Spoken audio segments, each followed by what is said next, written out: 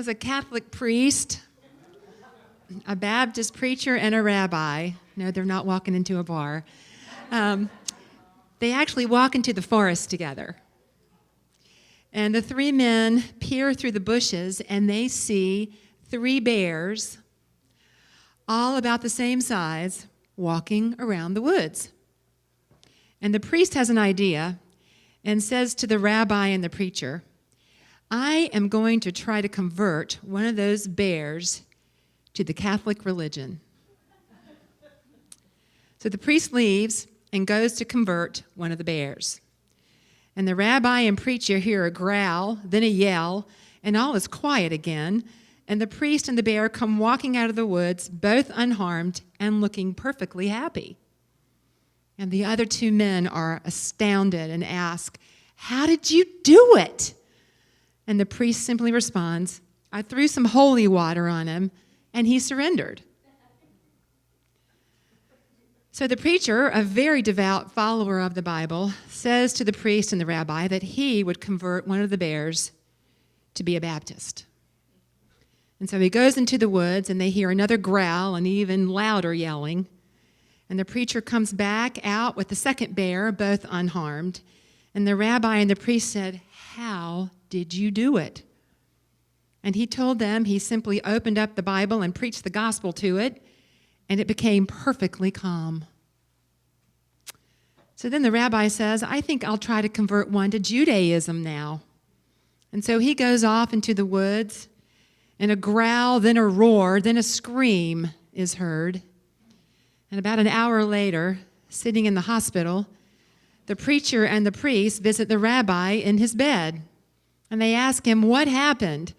And the rabbi responds, well, I was trying to convert the bear, but maybe circumcision wasn't the best approach.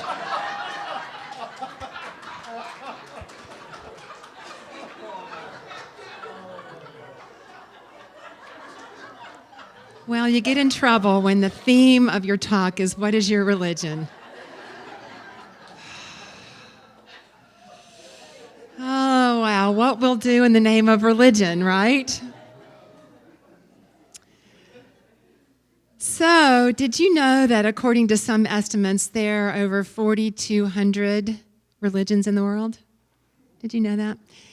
You know, religion is a way for us as human beings to connect with something greater than us, to call forth our faith and our connection. And really, you know, I could do a whole series of talks, which would be fun, on these different mini paths, maybe not over 4,000, but at least some of the main paths in expression right now. As unique and beautiful as they are, this is not what we're talking about today. But today's message is taken from a quote from a modern-day peacemaker that says, "This is my simple religion. There is no need for temples, no need for complicated philosophy. Our own brain, our own heart is our temple. The philosophy is kindness." That's from His Holiness, the Dalai Lama. The Dalai Lama continues by saying, whether one believes in a religion or not, there isn't anyone who doesn't appreciate kindness and compassion. When we feel love and kindness toward others, it not only makes others feel loved and cared for, but it helps us also to develop inner happiness and peace. Kindness, that quality of being generous and considerate, friendly, warm, extending beyond ourselves to others. You know, this past week was Random Acts of Kindness Week. Did you know that? Yeah. So Random Acts of Kindness and how that whole focus got started was fascinating for me just to read about. It's very simple, actually. Apparently, in the 1980s, a woman named Ann Herbert was sitting in a restaurant in Sausalito, California, when she was just inspired to scribble on a napkin, "Practice random acts of kindness and senseless acts of beauty." Ms. Herbert wrote a magazine article and then later a book called Random Kindness and Senseless Acts of Beauty. It was published in 1991. And that launched the Random Acts of Kindness movement. And did you know that there is now a Random Acts of Kindness Foundation? They call themselves RAC. And their participants are called Ractivists. I thought that was great. And this year, the Random Acts of Kindness Foundation is asking individuals to join them in signing a kindness pledge and spread the word via social media about their hashtag Pledge to Be Kind movement. So I want to read this pledge to you. See if it resonates for you. Imagine a world where people look out for each other, where we all pay it forward, where success is measured in selfless acts, where kindness is the philosophy of life. This is the world I want to live in, and I pledge to do my part in making this a reality. What do you think? Nice visual of the world, isn't it? So, Random Acts of Kindness Week might be over, but it's certainly not too late to take a look at the religion of kindness and thinking about converting. Yeah. Because, as I did my research for this message, and it's just a very simple message, kindness, but did you know that there are health benefits to being kind, to expressing kindness? So I'm going to share those with you. People who are kind produce 23% less cortisol, the stress hormone, and age slower than the average population. That's incentive, right? Engaging in acts of kindness actually lowers blood pressure. It boosts happiness and releases the feel-good chemicals, serotonin and oxytocin. It also inspires more kindness. As someone is given to kindly, they are more likely to be kind to someone else. Kindness is when we express the love that we are. And again, last week, when we talked about divine love, it just is so much a part of our being to express our true nature. It really is. Now, if we look on the news, we might not see that expression fully engaged and fully expressed, but that doesn't mean it's not our nature, folks. It really is. Love is meant to be expressed, and acts of kindness are something really, I believe, that when we get in touch with what we are, our divine nature at a deeper level, we just can't help but do it.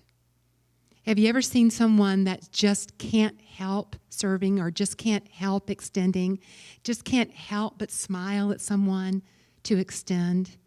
I really, truly believe that as we continue to embrace and claim and know what we are as love, that it'll be just what we can't help but do. And there's a story I found from India about a kind, quiet man who would pray in the Ganges River every morning. And one day after praying, he saw a poisonous spider struggling in the water, and he cupped his hands to carry it ashore. And as he placed the spider on the ground, it stung him. Unknowingly, the man's prayers for the world diluted the poison. The next day, the same thing happened. On the third day, the kind man was knee-deep in the river, and sure enough, there was the spider, legs frantic, in the water. And as the man went to lift the creature yet again, the spider said to him, "Why do you keep lifting me? Can't you see I will sting you every time because that's what I do?" And the kind man cupped his hands around the spider, replying, "Because this is what I do. This is what I do." So it's our nature, I believe, to be kind. It's our nature to extend beyond ourselves. And again, sometimes we don't do it. I was at a restaurant recently having dinner with one of my really good friends. And she invited one of her really good friends that she used to teach with to come join us for dinner. And this friend that she was asking to join us was a music teacher in a high school for many years, touched many lives. She had retired, and now she was teaching music in choral groups in the community, and was also a music director at her church. And so as we sat there, all three of us having dinner, this couple walks in the door that recognizes my friend's friend. And they were just, oh my gosh, it's so good to see you. This couple apparently is getting ready to move out of the area, and their hearts are really open to how grateful they are for the experiences they've had in this area that have blessed them. And working with this woman in her choir apparently has just been life-changing for them. They sat down with us for a while and kept talking about how this woman had blessed them. And then they go get their table, and we had just met this couple. We go to pay our bill, and they've picked up our tab. And my friend's friend was like, oh no, they can't do this. They can't afford this. This is not okay. We had to talk her off the ledge of going over and refusing their gift. And I could see myself in her, because I can remember times in my life when people wanted to extend kindness to me for whatever it was, and especially there's something about that financial gift. No, thank you, really, I'm doing all right. It's really okay. Folks, when we don't allow people to give, it thwarts that whole process of extending our love. Because remember, the hand, giving and receiving, are on the same hand. When you allow someone to give to you, what a gift that is to them. Yes, you get to receive, and you are giving back to them through that receiving. So, how about some ideas about how to share kindness in the world? I found some, and it was really fun, because some we'd heard of, but some were really new. And I really liked this one. Okay, just imagine you see some people living on the street. What if you had some umbrellas and socks in your car and you just gave them away? That's one of the ideas that was expressed. Okay, maybe you've paid someone's toll. Has anyone paid someone's toll and they're told, yes, isn't that so fun? They go, and you see their face. Or when you drive through a fast food restaurant, maybe paying for someone's meal at the Wendy's. Yeah, or the Starbucks, paying for someone's. Talk to someone waiting in line with you. I had an adventure at the DMV. Okay, you can imagine the DMV. It was amazing. The line was so far, I couldn't even see the end. And so this guy in front of me starts talking to me, and then we get other people into the conversation. He starts bringing out his phone, starts showing me his family, pictures. We're on Facebook. We're just hee-hawing, and before I knew it, we were at the front of the line. I also one time went into DSW Shoe Warehouse. Okay, shoe and warehouse, that's not a good combination for some of us. And so I was trying on my size 11s. Now, there was a woman standing next to me that was as tall as me, and she was also grabbing the size 11s. It was instant bonding. And an hour and a half later, while her husband is going, really? We are sitting there talking about where to get long jeans, with the 36 inseam, and where to get other big size shoes. And since that conversation, we have kept in touch. She moved from Kansas City to California, and her sister passed. And so I was able to hold prayer with her. But it's just so fun. And all of it came from just extending. All of it came from just extending.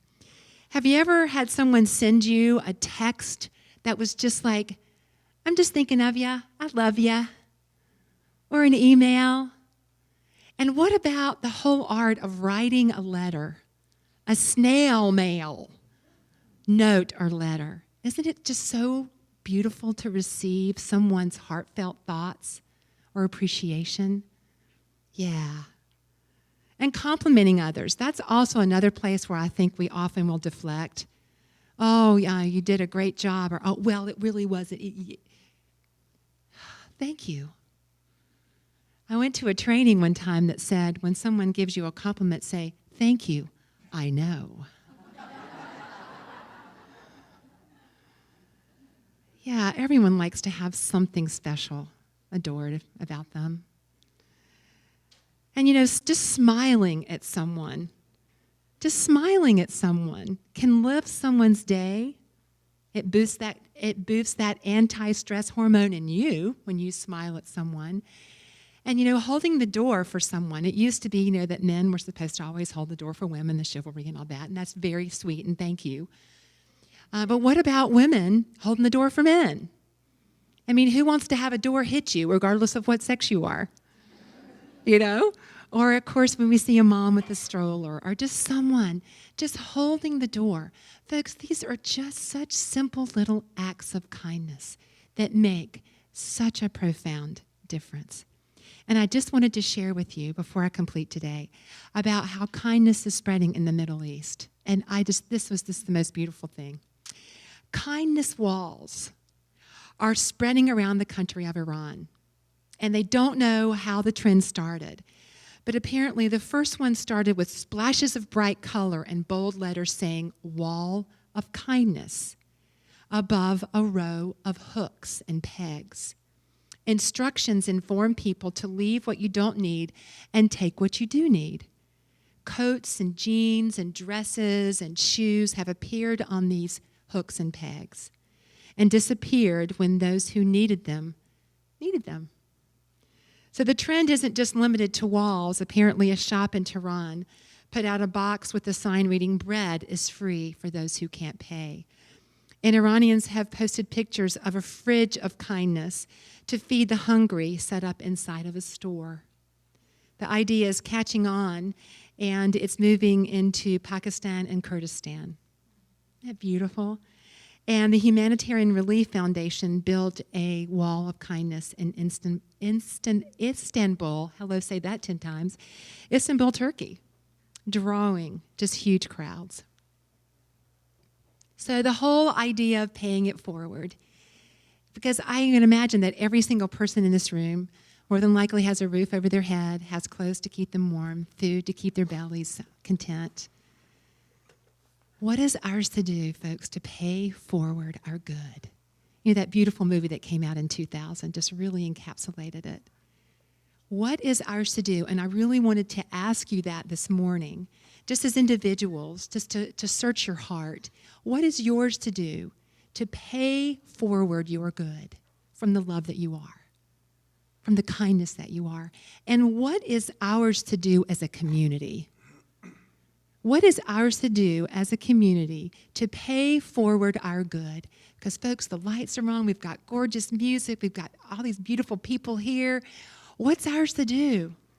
And is there board members and staff members, if you'd raise your hand, if you would go up to these people and give them your ideas about what is ours to do to pay forward our good, okay? Beautiful. And they'll let me know.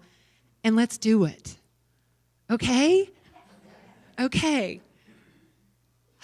So this week, let's be in discernment in our own lives about what is ours to do to express the divine love that we are in the form of kindness, to pay forward our good. And I just can't wait. Remember, I'm drawing your attention to that little joy jar out in the lobby. We'd love to hear the joy that comes to you from paying forward your good. And thank you for your ideas for our community, because we know that as we give, our good just overflows. Such a beautiful thing. All right, let's affirm together. I give from my heart in kindness and love, and feel the joy and connection it brings. And so it is. So it is.